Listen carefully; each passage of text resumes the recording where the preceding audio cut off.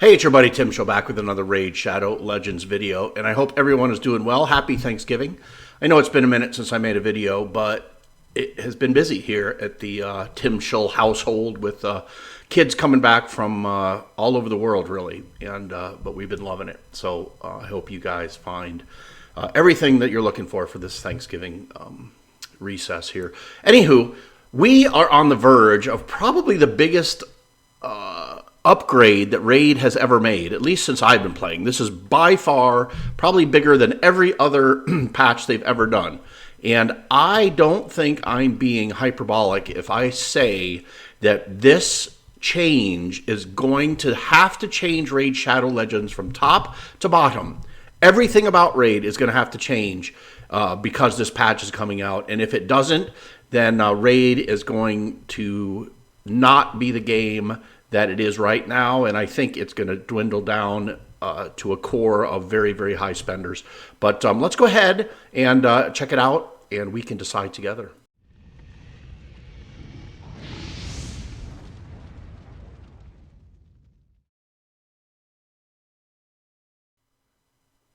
Okay, so I think everyone has seen this video a time or two, but I think it's important that we go through some of the big parts of it, and then we'll kind of sum it up at the end. So let's go ahead and watch it together.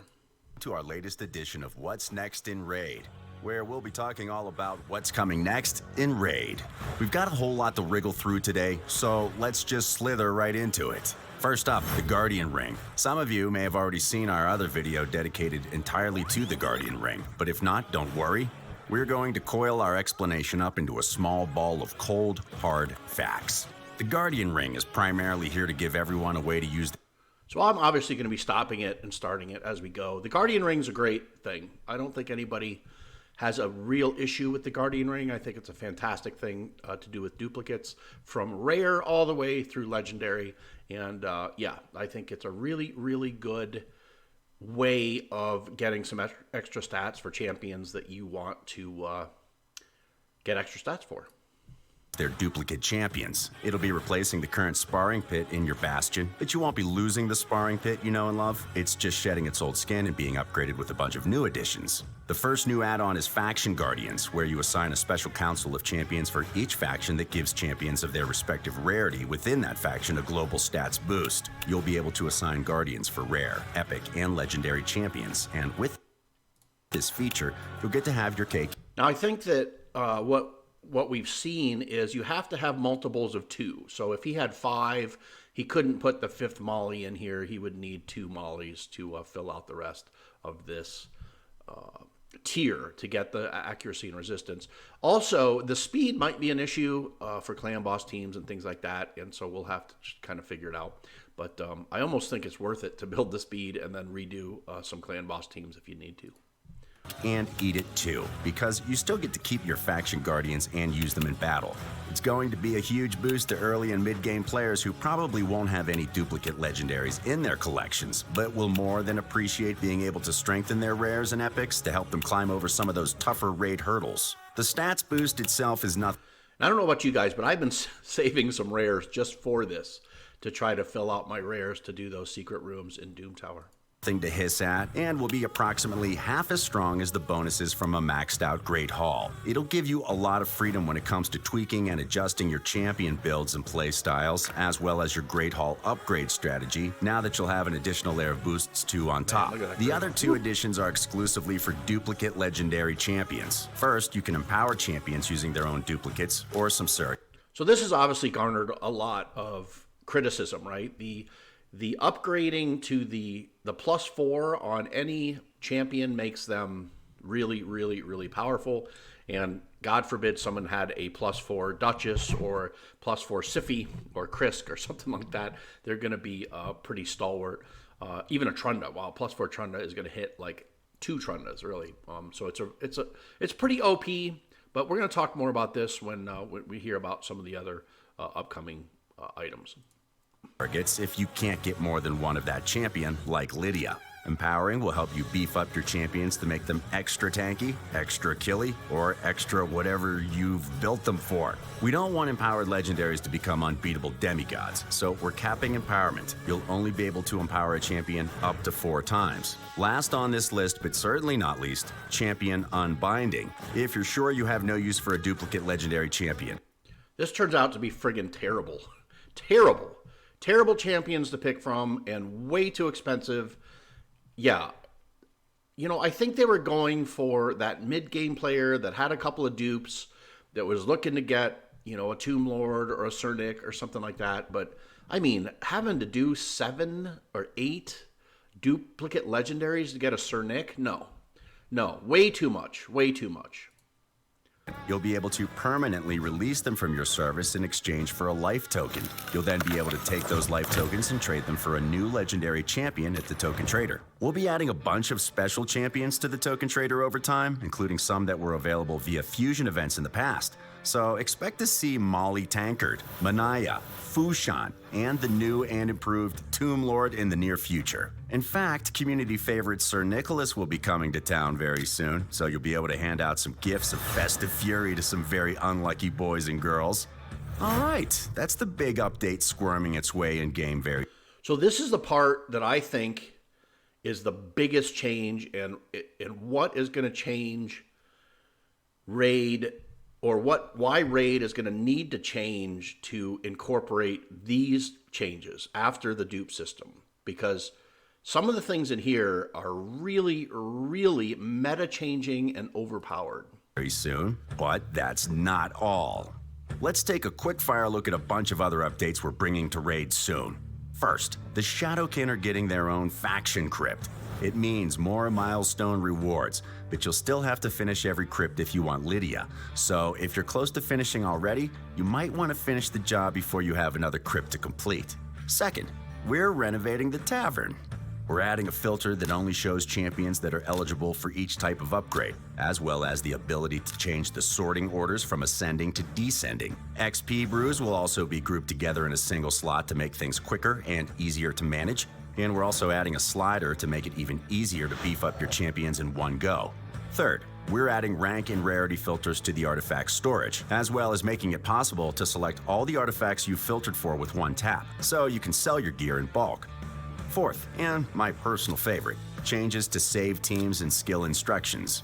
We're increasing the number of save teams to 15, and we'll be dividing them up by game mode so you have 15 for each mode. We're also making it possible to create farming setups that you can run in multi-battle mode, along with being able to set different skill instructions for each round of a battle separately. Alongside these changes, we're exploring some options for how to make it quicker and easier for everyone to speed things up throughout the game, starting with Faction Wars and the Doom Tower. We're going to be kicking things off by enabling super raids for Doom Tower boss fights. And to keep things fresh in battles, we're also adding a new buff and debuff pair that increases or decreases resistance in battle. Being able to have an enemy's resistance is no joke, and we think these effects will add a new layer of strategy to Raid's battles across the board. So I love everything, right? I love all this stuff. This quality of life stuff's great. I hope they make it impactful. But my question is, if someone has incredibly high resistance, you're going to need accuracy to lower their resistance to hit your resistance removal debuff, right? So I wonder how they're going to make that work. Is it going to be non-resistible? That would be OP, right? A non-resistible half your resistance? Holy smokes. Yeah, it'll be interesting to see how they do this. And if you just need accuracy to hit the resistance removal, then you would have enough accuracy to hit all your other debuffs. So the resistance removal wouldn't be that imperative, right? So anywho, yeah, let's check it out. Including introducing completely new team compositions and archetypes. And since we're on the subject of new team compositions, the best thing for that is new champions. A bit of a tradition here on our What's Next series. What you're looking at now is a first sneak peek into the next line of dungeon delving. Boss-beating badasses coming to Teleria in the near future. Okay, that's all we've got for you. Oh, wait, one last thing. The HYDRA. You might have already... Yeah, so the new champions are pretty cool. I think other folks have done some videos on them. I really like that Shadowkin with the visor on his face. I think he's going to be really good. That has that, if you're already dead, he doesn't let you come back. passive or his A3, I think. Anyway, yeah, he looks really good. And then the Seeker lady looks pretty good too. Although there's some issues with whether she needs accuracy or not. But I think I would build her without accuracy, make her a defensive juggernaut, and just use some of her other items and not worry about. I think she's got a weekend or something. So, yeah. So this is it. The Hydra, I think, is what's going to change everything and require Raid to make some major shifts in how they do it. And we'll talk about it at the end. Already seen a few leaks from Raid's sleuth-like detective community about the Hydra already, but if you haven't, here's a full breakdown of what will be Raid's toughest, scariest, and biggest boss fight. The Hydra is our second clan boss, in addition to the Demon Lord you're all well acquainted with. However, it's a bit different than just fighting one boss. You all know the old commonly used adages, 4 heads are better than 1, 4 snakes in the hand are worth 12 in the bush, the more serpents the better. Well, they're all true in Raid World too. This unkillable beast will be bringing 4 heads to every fight, each with totally unique skills and mechanics to deal with. Actually, it'll be bringing 6 heads, but you'll only have to deal with 4 at any one time. We'll get into that a bit later, but first, let's break down the basics. It's a big fight, and you'll need reinforcements, so you'll be taking 6 champions into each Hydra battle. And just like the other clan bosses, the Demon Lord, you'll be battling the Hydra to chase high scores and win huge rewards. You'll be fighting to stay alive as long as possible and deal as much damage as you can along the way. However, unlike the Demon Lord, the Hydra will be running on a different cycle. While the Demon Lord resets every single day, the Hydra will reset once a week. On top of that, you'll only get 3 Hydra keys per week, so you and your clan will have more flexibility to figure out when you want to take the Hydra on. I have a lot of questions so far. So the heads are going to, you're going to start with 4 heads, and then 2 heads are going to be in reserve that are going to pop in based on who you decapitate first. My question is does everyone start with the same 4 heads? Is it different 4 heads? Will the rotation of the heads that come in differ on who you decapitate, or will the rotation be the same the whole time? Because if you're going to make auto teams, which I'm hoping we can at some point when we learn how all these mechanics work, but if everything changes all the time, yeah, it's going to be very difficult to make any kind of auto team on this. And then finally, how many keys can you store? Like, can I store like 6 if I miss a day or something, or I miss one? So he spawns once a week. I'm guessing he's up all week. You have 3 keys. You basically have 3 keys to run during that week. So every other day or whatever you want to run a Hydra, or when you get a chance you can. So, but can you only store 3 keys, or can you store more? It'll be interesting. So, the Hydra will reset every week, and things will stay pretty much the same week to week. You'll fight the same Hydra with a mixture of those same heads. Each head will be tied to a certain affinity, so you'll be able to figure out a good strategy over time to deal with the current challenge. Predictable, easy, right? But here's the twist. Every 4 weeks, a new rotation will start. This means, just like the Doom Tower, shuffling the pack. Each head will be paired with a new affinity, and the 4 starting heads you have to deal with will change. And in the future, when we add more heads, it'll mean entirely new combinations of 6 heads and a whole new challenge. To make things even tougher, once you've used a champion in a Hydra battle, you won't be able to use them again until after the next weekly reset. So looking to lock in a single gimmicky team is off the table. That seems brutal to me. I mean, I don't know how you... I would almost wish they would give us a few weeks to get used to this, to figure out what the best bang for your buck for the champions is, right? Because you're going to waste champions trying to fight early on and not realize you wasted them, and then not have them again to try to actually battle the Hydra that you want to battle. So, yeah, so this is going to be interesting. Table here. You're going to need 3 unique teams that can stand up to the challenge to get the most out of the Hydra. Then, every month, re-examine your strategy again, because the script may very well have been flipped. Because each head is so unique, you won't be able to use the same tricks every time. We're not going to cover each head's skills right now, but here's a quick snapshot of the 6 heads you'll be fighting against in the first rotation of the Hydra. The head of Torment, the head of Decay, the head of Wrath, the head of Blight, the head of Suffering, and my personal favorite, the head of Mischief. If those names alone don't sound scary enough, wait until you see them in battle. Things get real crazy. You'll be fighting 4 of these heads at the same time, and you'll be fighting hard to stay alive and deal out as much pain as possible. You'll want to cut off the Hydra's heads to maximize your damage, but cutting off a head doesn't mean you only have to fight against 3 heads. Remember how we said the Hydra brings 6 heads? Well, if you do manage to decapitate a head, another will grow back. You cut off the head of Blight, and it might come back with a vengeance, or it might be replaced by the head of Decay or head of Torment, whichever the 5th and 6th heads are in the current rotation. So, endless pain for your team. But don't worry, you have 6 champions, and it only has 4 heads. You have the numbers advantage. It's going to be like shooting snakes in a barrel. Not exactly. This beast has another trick up its sleeve. It's also going to be trying to eat you. Every so often, one of your champions will get eaten by one of the heads. Now, just like in real life, these Hydras have long necks and stomachs in their necks. So you have a few turns to chop off that Hydra's head before it fully digests and consumes your champion. See, that seems brutal. I mean, if they eat, I'm guessing it's random what champion they eat, and can you resist it? That seems brutal. If they ate the wrong champion, you can't get over that. It's going to be brutal. If you slice the head off, you free your champion and they're back in battle. If you don't, they're dead and gone. And we really mean gone. You won't be able to revive them, and you'll have one champion missing for the rest of the fight.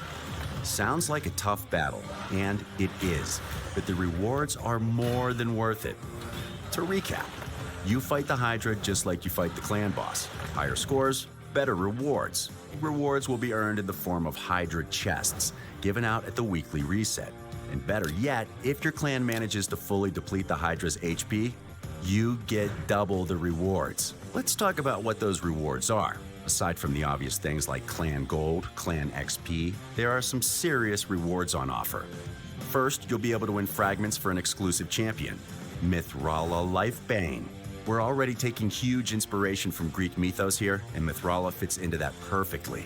We'll be releasing a dedicated champion spotlight for Mithrala soon, but as you'd expect from someone that looks like Medusa's long-lost sister, she's going to be able to poison people. Oh, and turn people to stone.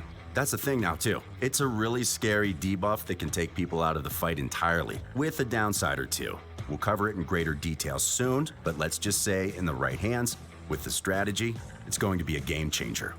So pretty cool looking champion. I'm wondering, and we'll talk about this later, but there's a set, that stone skin set. I wonder if it's the same type of debuff where bombs would work better, but we'll talk about that as it comes. That reward's simple. New champions are never a bad thing, but what about unique rewards or new mechanics? Oh, I'm glad you asked. You'll also be able to win a whole new type of artifact from Hydra chests. We're not talking just a new buff or boosted stats, but an entirely new breed of artifacts that give you set bonuses depending on how many you have equipped. These special variable artifacts will give you an extra bonus with only one of their kind equipped, then another bonus if you equip 2, 3, 4, or even a full 6 of them. These are unlike any other artifact sets in Raid, and will open up huge possibilities in terms of artifact combos and builds. Right off the bat, we'll have 2 of these special variable artifact sets. Set 1, Stone Skin. Equipping a single artifact from this set will give your champion a modest but useful 8% HP boost. Equip 2, and you also get an extra 40 resistance on top. But equip 4, and you'll get access to an entirely new defensive buff called Stone Skin, which you'll get for 1 turn at the start of the round. Stone Skin will mean your champion takes almost no damage from enemy attacks, and makes your champion immune to all debuffs except for bombs. In fact, bombs will actually do more damage as they can shatter your champion, but it's... Okay, so this is the set that I think is unbelievably overpowered, right? Going to change the meta in Arena. As soon as somebody gets 4 or, God forbid, 6 stone skin items and are basically unkillable for 2 turns while being able to do everything they want to you, speed is no longer going to matter. In fact, you're going to want to go as slow as possible and just let your nuker just nuke them, right? You just 100 speed, the other guy's going 3 times before you go, doesn't matter. When you go, it's all over. It's all over. So, yeah, this thing is going to be crazy. Going to change the arena, which will be interesting, I think, because we've been in the same meta for a long time. So, pretty cool set. Still a great trade-off for all the benefits of Stone Skin. That's if you equip 4, but equip 6 and you get 2 turns of Stone Skin, plus a boatload more stat boosts. The next set's called a Protection set, and it works the same way. Equip 1, 2, or 3 artifacts and get extra stats. But at 4, the set has a chance to protect any buff the wearer casts or receives. Protected buffs can't be removed or stolen, so this set is sure to be invaluable to any champion whose buffs are the bedrock of your team. I mean, nuts. That is completely nuts. Yeah, I don't even know what to say to some of this stuff. I mean, I love it. It's going to make life very, very interesting and keep content creators busy for a long, long time. So very cool. Very cool. The mythical new sets are pretty amazing. And you can see, I think the ones with the gold outlines are the ones that can't be removed. So awesome. Just like the Stone Skin set, this becomes even more powerful at 6 pieces. The protection chance increases, plus you have the benefits of all the other stat boosts along the way. If the special mechanics alone weren't enough for you to want those sets, how about raw power and strength alone? Stone Skin and protection artifacts will be available in an entirely new rarity, Mythical. Mythical artifacts are a step up from legendary artifacts in strength, and you won't be able to find these anywhere else. Mythical artifacts start with all 4 substats unlocked, but one of the substats will be increased to the equivalent of a level 4 legendary artifact, meaning you'll be able to eke out a little bit more power from mythical artifacts than legendary ones. It's a small edge, but at the highest level, those small margins make a big difference. As you can probably tell, these artifacts will be incredibly versatile and useful pretty much anywhere, no matter whether you're focusing on PvP or PvE. The HYDRA is a huge update, and we'll be gradually adding more content to it over time, with awesome new rewards and terrifying new heads. And we're super excited to see what you guys think of it. And that's it. Whew, that's a lot. We hope you enjoyed our latest preview video. Okay, so let's talk about the easy stuff. And the easy stuff is quality of life, and they're adding ginormous new content, which is going to take tons of time to get good at. And they're removing almost nothing. Putting multi-battles, or putting that multi-battle in a Doom Tower, or letting you run up all your brews to go from 50 or 0 to 60 is nice, but it's nowhere near going to make up for this. They need to probably get Clan Boss down to 5 minutes or something. I mean, something's got to happen so we can spend some time doing the HYDRA stuff. So, yeah, so that would be my first thing. Now, let me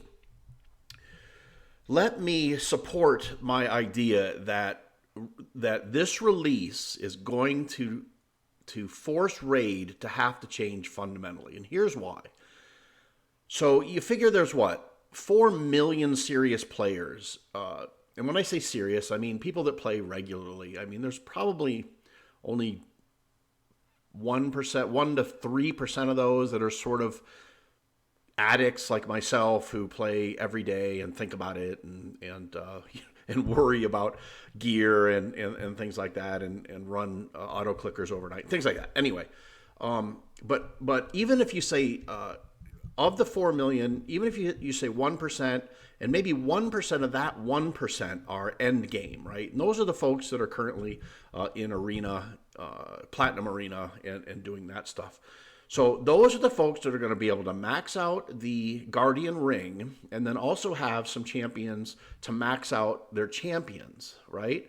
Now that's going to give them a big jump on this HYDRA stuff to get all of these new skills. So if Raid keeps the Platinum Arena at 300 players, I mean, no one's going to have a prayer to get into that because they are going to be so far over players even like me. And I'm a whale. I don't even pretend that I'm not a whale. I mean, I'm going to darn near be able to max out my Guardian Ring but I don't think I'm going to have really anybody to crunch into another champion.